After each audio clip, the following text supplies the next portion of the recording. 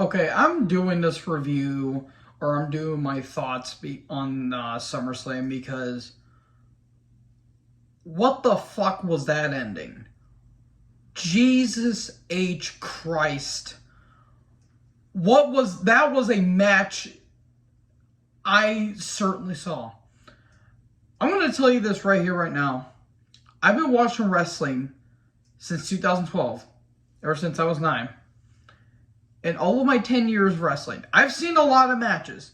I've seen barbed wire death matches. I've seen piranha death matches. I thought I've seen it all. That match, that last man standing match between Roman Reigns and Brock Lesnar has to be the most batshit, hilarious, and most retarded matches I've ever seen in my entire life. And I've been watching wrestling for 10 years. I thought I've seen a lot of dumb shit in my life. That match was so bad, but it was so good. I'll do all my thoughts on the show. This SummerSlam was kind of a mixed bag for me personally.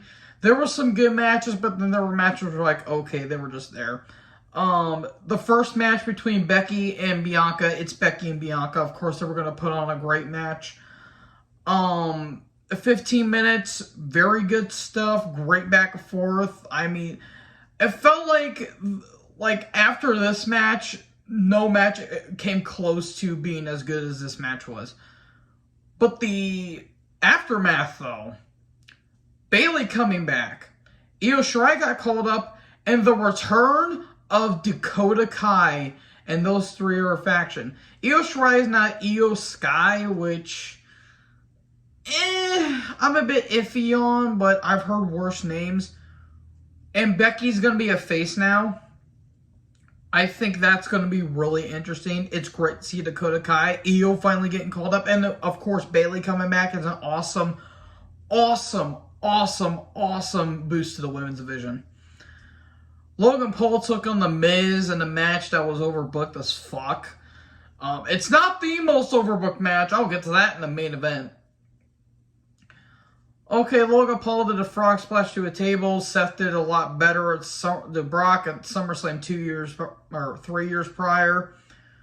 Logan, I will say, is a good athlete, but that doesn't excuse that he's a piece of shit.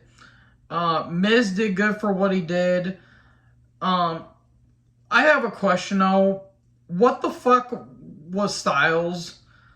Like, you're wasted Styles here because all you did, you had nothing for him and all you did was a run-in.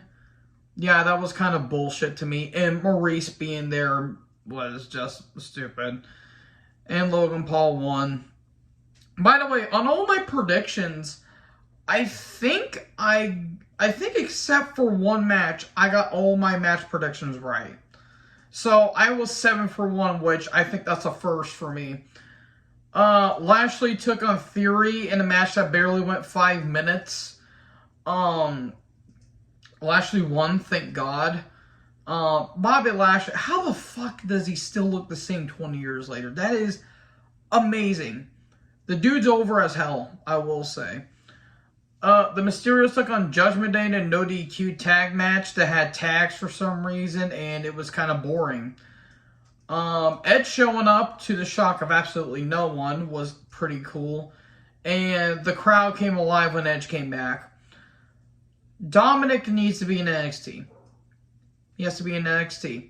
No foul, nothing like that. Rhea Ripley, though, good God. Excuse me 1 second, folks. I have to go let the dog out. Or I have to go let the producer in real quick. Okay.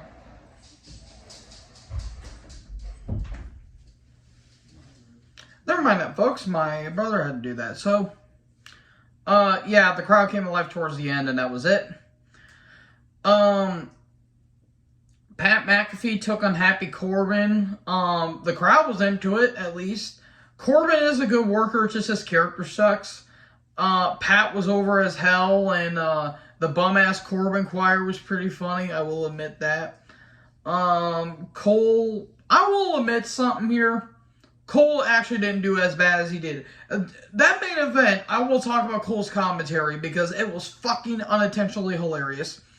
McAfee won even though he about slipped when he did a dive on the Corbin. And the ending looked a little bit awkward and the angle was a bit off, but I'm not going to complain. I thought it was a very solid match. Let's see. Usos and the Usos took on the Profits with Jarrett as a referee. I'm not going to lie, folks. This match wasn't really that great. It was kind of mid at best because I felt like the crowd didn't get into it. And somebody at Patrick G Book on Twitter, he's like, man, why is well, how come the people in Tennessee aren't digging this match? And I'm like, well, it's probably because the Tennessee Titans haven't won a Super Bowl, and that's why they haven't been.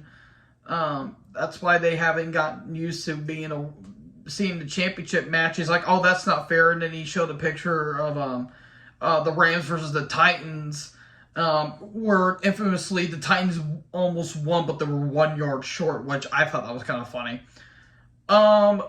Jarrett, the only thing Jarrett did have noticed was that he stopped the super kick, and that's it. Besides that, Jarrett literally felt like an afterthought. He didn't provide anything in this match. And he's going to be in for his last match tomorrow, so okay. Montez showing a little bit of anger, so he might be getting a heel turn soon. Usos retained, which I did get that prediction wrong, so... I think after this, or somewhere around this, is where Riddle came out. After they showed Kid Rock kissing his wife, which was fucking disgusting because Kid Rock's a fucking loser. Pretending to be rich when pretending to be poor when you're actually rich, you fucking loser, you racist piece of shit. Go make dog shit music somewhere else. You fucking liberal. And Riddle and Rollins had a brawl, and I thought it was going to lead to Rollins having a match. It ultimately didn't. Why did Rollins look like he was wearing Velma attire from Scooby-Doo, or it looked like orange sherbet ice cream for some reason? And immediately wanted to have orange sherbet ice cream, but unfortunately I don't have any at the house. Liv Morgan took on Ronda Rousey in a very bad match. The match was not good. It was bad. I felt bad for Liv. I don't really feel bad for Rousey because she can go piss off for all I care. Yeah, this match wasn't good. This was the shortest match on the show. It was 10 seconds shorter than Lashley versus Theory. It was not good. Like 90% of the time, Liv was screaming in pain because her arm was getting locked on. And in the end, it was a dusty finish where Liv pinned Ronda, but Liv tapped out before Ronda's shoulders counted 3, but the ref said, oh, Liv won because the shoulders were down. And the ref got attacked, and so did Liv, and Ronda turned heel to the shock of fucking no one, and it was completely pointless. It literally accomplished nothing. And then, good old Glenn Jacobs, a.k.a. Kane, comes out to say, oh, the attendance was 48,000. WWE never lies about their attendance. Looking at you, WrestleMania 3. Yeah, also, Glenn Jacobs, go fuck yourself. Seriously, if you want to celebrate the fact that Roe versus Wade got overturned, go fuck yourself. That's completely fucking stupid. And then that main event, holy good titty Lord Christ. Reigns versus Lesnar was so batshit insane. To the point where I'm like, this is fucking stupid. I will admit, the entrances were so long. They were fucking long. I mean, good lord, like, Reigns took like 5 minutes to get to the ring, and Brock took like 4, and Brock had a fucking tractor, because why wouldn't you? And then, typical Reigns-Lesnar stuff, the crowd really didn't get into the match as much as they wanted to, but then once they started doing, like, the weapons and shit, that's where the crowd really got into it.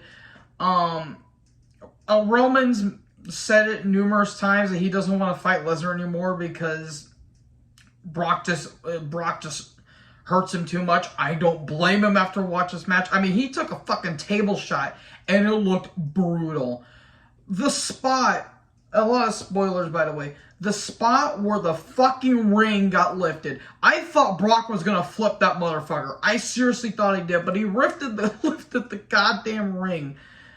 And Reigns gets flipped over. The Usos interfere. Theory tries to cash in. Heyman gets F5 through the table. Oh my god, I never laughed so fucking hard in my life. Because Heyman looked like he died. And Jay looked like he landed on his head, but thankfully he's okay. And Paul just sold it like he got shot. It was overbooked as fuck, but I fucking loved it. I think it's their best match since Mania 31. No match really topped it. The thing that came a little bit close was their Crown Jewel match from last year, and that's it.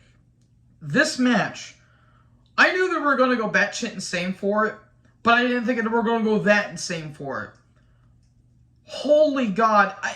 Okay, the ending dragged, I will admit, but it showed how badly Lesnar wanted to win, but he unfortunately didn't. They just buried a bunch of shit on him. What the fuck was that? That was absolutely insane. So, I have no words. I legit have no words. So, what did you guys think about SummerSlam? Let me know in the comment section below. Make sure you guys like, comment, subscribe. Tap the bell for more notifications. Join the herd. I'll talk to you guys next video. Peace out. Jesus.